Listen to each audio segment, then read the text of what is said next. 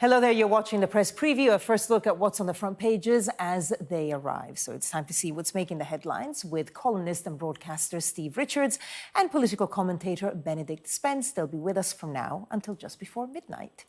So let's see what is on some of those front pages. Well, the FT leads with Sir Keir Starmer's decision to slash his commitment to spending £28 billion a year on green investment, blaming former Prime Minister Liz Truss for the economic decisions that she took while in power. The Guardian says there's fury among Green campaigners, unions and energy bosses after the decision. The Mail asks, can you ever believe a word Sir U-turn says? The Eye returns to its investigation into the Post Office computer scandal, reporting that the company has admitted a second faulty IT system may have led to more wrongful prosecutions of sub-postmasters. The Mirror leads with what it calls a shock report into the state of children's teeth in Britain. The Metro reports on the trial of a conspiracy theorist who claimed that survivors of the 2017 Manchester Arena bombing faked their injuries. The judge has already called the claims absurd. The Sun leads with the possibility of blue cards coming into football to banish players to the off-field sin bin. And the Star has news of broadcaster Paul Gambaccini's problems with foxes messing with his newspapers. They're apparently very loud at night. And a reminder that by scanning the QR code you'll see on screen during the program, you can check out the front pages of tomorrow's papers while you watch us. And we are joined tonight by Steve Richards and Benedict Spence. Thank you both so much for coming in. So let's take a look at the front pages. I mean, same story, front page of The Guardian and the Daily Mail. Let's take a look at The Guardian. First, furious Starmer stages U-turn on that £28 billion green investment pledge. There was a lot of lead up to this, but they officially announced today at 5 p.m. that they were indeed scrapping it. What do you make of it, Steve? Well, I'm sure they think, Keir Starmer and his team, they can put up with these front-page headlines today, and then it will get better because they have a more credible policy, in inverted commas. However, I think what happens in these situations, and navigating tax and spend before an election is a nightmarish task, I understand that. But when you are seen to be in retreat against a Conservative Party at its weakest in its history, I don't think people say, oh, wow, retreat, how grown up. They come for the next bit. So now you have Keir Starmer quoting The Guardian saying, we can now focus on the outcomes. Now, that's right, you need to focus on the outcomes. However, British general elections, partly unfairly, are all about means. So how are you going to do this? How are you going to do that? And I think having removed this lever, which was going to generate economic growth, one of the missions, central to the Green Recovery Plan, one of its missions, part of an industrial strategy, part of a mission. They are losing a key lever, and these opponents will come in and the media will come in saying, oh, how? And unless there are really detailed, credible answers, they're going to fall into another trap, having avoided a trap which is kind of rooted in the 1992 election when Labour lost because of tax bombshell allegations and that their sums didn't add up. Well, do their sums add up now? Benedict, before coming to you, let's just look at the Daily Mail. Obviously, same story, and actually, in a way, same negative angle. Can you ever believe a word Sir U-turn says? So, Labour really getting it from all sides on this. Do you think it was the right decision? I don't think it's necessarily a bad decision to scrap ideological policies for pragmatic reasons, and there's no question that the Labour Party is very cautious at the moment, far more cautious than you might imagine a party in the ascendancy to be.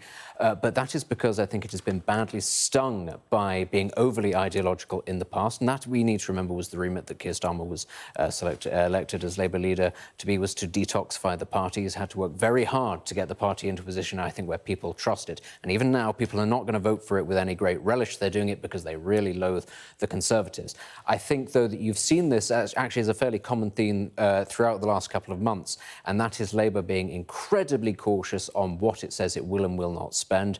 We've heard this a lot from Rachel Reeves, saying that there is no magic money tree, even being interviewed, profiled very positively by The Telegraph, of all papers, saying that actually they're taking this very seriously. Wes Streeting saying there is no money for the NHS and there will have to be reform rather than just spending going into it.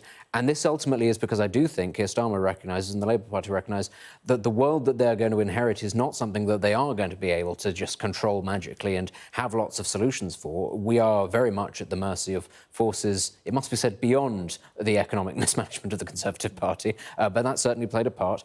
But it must be said, there is an element of hilarity to this, which is that, the Conservatives had their great big relaunch a couple of days ago, and they put Liz Truss front and centre as, for some reason, thinking that that would really work. And then Keir Starmer was able to turn around and go, remember her? Well, now because of her, we can't do this. So I'm sure that will have really gone down well amongst the PopCon group. Very important to have a grown-up conversation about these issues where spending is involved, and to be honest and say that now, especially as the old commitment had already been pushed back to the end of the next Parliament, it's absurd to say we guarantee something. I mean, the whole economy could have imploded.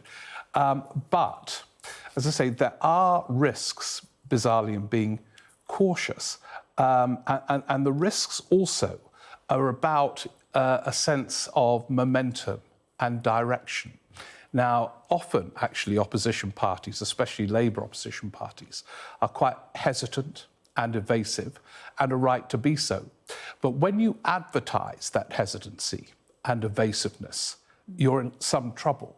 Now, I'm saying this in the context of this huge Labour lead, and Keir Starmer deserves some of the credit for that huge Labour lead. But they're copying quite a lot of New Labour in '97. But part of the artistry of that period was they gave the impression of constant movement and momentum. There was none of this sense of retreat and endless briefings that they were going to retreat from this, from that, and that. And so I can see trouble ahead, to be honest, over this retreat. I can see why they did it. I can fully understand the problem with a figure. However, anyone who thinks they've escaped this whole area of scrutiny, I think, kidding themselves. And the first interviews with Keir are going to be very interesting. And you watch that question, OK, so you're not doing it that way, so how are you going to do it? And I'm not quite sure what the answer is at the moment. I think, frankly, that they're damned either way. As I say, I think that the economic circumstances mean that whatever it is that they inherit, they're going to have a lot less sympathy from the public than the Conservatives have had. They've lost it a very long time, the Conservatives, been able to get away with an awful lot. I think the last few years have really shortened the public's mood for putting up with economic pain. Because the government itself has walked back on some of its pledges when it comes to the environment not that long ago. So. Absolutely. I think that environmentalism is something that everybody is superficially in favour of. Everybody wants to live in a nice, green, pleasant land. It's when it gets to the question of cost and implementation that it does get a little bit tricky. And I think when people are looking broadly at their services breaking down, people will start to say, actually, is this the most important way of driving growth? And I don't think that that's an unfair thing for people to jump on. I mean, of course, the changing economic situation is one of the reasons why he announced this U-turn. So let's look at The Guardian. Again, front page, a story here about the war in Ukraine. So Volodymyr Zelensky replacing Ukraine's top general, obviously not particularly happy with the way the war is going. Steve. Yeah, and I fear there was an inevitability about this phase. I've been on this newspaper review when there has been some event which has triggered questions about, well, Ukraine's winning this, isn't it? It looks as if it's a disaster for Putin. Ukraine has won. And yet, if you step back, Russia is one of the big military superpowers against Ukraine, a fragile Western alliance helping them. And I think there were always going to be internal tensions as well as all the external tensions, Trump, what Germany are going to do, what Britain's going to do. And it's inevitable in that context that leaders within Ukraine are going to fall out, and that seems to have happened. Yeah. Everybody that I speak to who is an expert on this topic seems to believe that Ukraine has lost. That is something that is very difficult, actually, for Western audiences to stomach, given the amount of support that we still have for the Ukrainians, and we don't want Ukraine to be swallowed up by Russia. That is not to say that Russia will swallow Ukraine, but on the subject of the territories that Russia has already taken, it is very difficult to see, given the failure of the spring offensive last year, which was the brainchild of Valery Zaluzhny, the man who has lost his job. It's very hard to see how they take that back. The key stat, the average age of a conscript in Ukraine is now 43 years old. That is how devastating this war has been for the young population. They simply don't have the men. It's no longer a question of military equipment or of Russia's desire for it. It is how many men they can physically muster. They don't have them. And we're coming up to the 2-year anniversary. I think it's February 23rd or something like that. We can look, speaking of, it's not the ammunition, it's the men. If we look at the Financial Times, they actually have a story there, Kyiv falling behind in the ammunition it needs to counter Russia. I mean, I guess the question is, they may be losing the war, but there are huge political issues, political reasons why the West, especially the EU, would keep on helping them. Yeah, or not, as the case may be. So the United States, with Trump hovering, explicitly saying he wants to end the whole thing, are not going to continue with that. And that's a huge $60 billion hanging in the balance. And there are tensions within Europe as well. So once you got to a point, did you say it's 3 years? It's not 2 years. Is it 3 years ago it started? No, two years. So we're coming into the third year. Third year, yeah. It was always going to be challenging to sustain. And so unless there was this sort of mythical quick victory in Ukraine, I think this was, I'm afraid, inevitable as we enter year 3. Ben, if you got 10 seconds. I've got 10 seconds. I think the key that we're seeing is the changes in neighbouring countries in Europe, Poland especially, how much they're now spending on ammunition, and elsewhere across the globe. If you look at how much Japan, for example, is spending on its military establishment, I think the rest of the world has woken up actually to the fact that you can't just take these things for granted and that the war won't come to you. With me once again, columnist and broadcaster Steve Richards and the political commentator Benedict Spence. Okay, let's take a look now. Front page of The Independent. And it's this story about a comment that Rishi Sunak made in the Commons directed to Keir Starmer about, what is a woman, with the mother of Brianna Ghey, who was not there at the time but came a little later. Now, apparently, members of his own party are asking, saying he should reflect on not apologising. Bennett, do you think he should apologise? It's tricky because I think the tone that was struck was obviously very insensitive, given the topic. However, it shouldn't be off the table for a Prime Minister to point out that members of both parties have struggled with the fact that biological sex is a matter of chromosomal disposition and it is immutable. That is something that the Labour Party have struggled with, but it is also something, rather curiously, that members of the Conservative Party have struggled with, including this particular individual, Penny Mordaunt, who has stood at the dispatch box and said trans women are women, and then backtracked on it later when she realised, oh, actually, that's not the most popular stance when you're trying to become leader of the Conservative Party. So for her to now come back halfway, if you like, and say he got the tone wrong, I think is rather curious. Very clearly, she still has leadership ambitions, I suspect, after the next general election. But as to whether or not he should apologise for what he said on the topic, as I say, it shouldn't be off the table to discuss this. I think the tone, the slightly sort of jovial nature, which is what we get at Prime Minister's questions, was wrong. But I will also say, equally, so was Sir Keir Starmer's impression of Greta Thunberg meets Hamlet, of sort of hamming it up as much as possible and actually bringing the family into the equation without necessarily them wanting to be brought into the equation in front of the entire nation. I don't think he was hamming it up. I thought he was genuinely shocked at a Prime Minister displaying such insensitivity. And that's clearly what Penny Mordaunt thought. I don't know, I saw the clip of this as reflected in The Independent, and either she thought Sunak was going to make some sort of apology or she was making a heck of a lot of mischief. But it is an example of a dilemma political leaders fall into, which is if they apologise, it's sort of admitting a terribly crass error.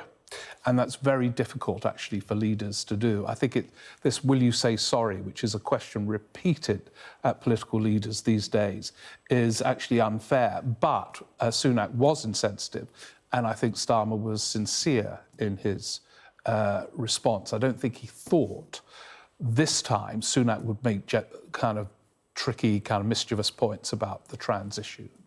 I just don't think that that's who Sir Keir Starmer is. I think he's a very seasoned lawyer. I think he knows all about the performance. And I also thought that the giveaway was the fact that nobody on his own backbenchers realised what was going on until a good few seconds after he'd started. They were all still laughing and smiling because they thought it was all part of the pantomime. It was a few seconds later that they realised, oh, hang on, we're not supposed to be smiling. I thought Rachel Reeves, in particular, is there with a broad smile on her face, even as Sir Keir Starmer is pointing to the gallery. I thought that was the not giveaway. apologising kind of drags it out. I mean, it may be right or wrong, but... You know, But apologising would stir it as well in a Yes. different way. I mean, it's a trap. It happens to leaders when they're in trouble, and it can fuel more trouble for them, whichever way they go.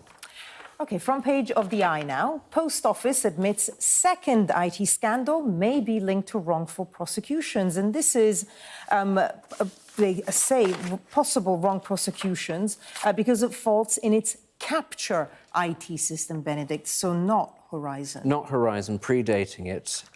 We obviously need to wait to hear the full explanation, although hopefully not as long as we had to wait for Horizon. No. But it's one thing after another with yet another previously trusted institution in the UK. And we go back to it, don't we? The culture of cover-ups, of covering people's backs, that it takes things so long to come out and therefore for justice to be served. And you just hope, actually, that this isn't anywhere near as bad. You know, the Eye is saying that it could be, but let's wait and see. He is hoping that nobody has been as wronged as badly as in the previous scandal. Yeah, good advice. Let's wait and see, because we don't know the details. But it is part of a pattern which is familiar, and I suspect will come down to a lack of accountability at many different levels that explains this nightmare, from having a post office minister every 10 seconds to the weird hybrid of being publicly owned but distant from government and many other things. And this is, I think, will be part of a familiar, deeply worrying and depressing pattern. Steve, Benedict, we're going to have to leave it there for now. Thank you.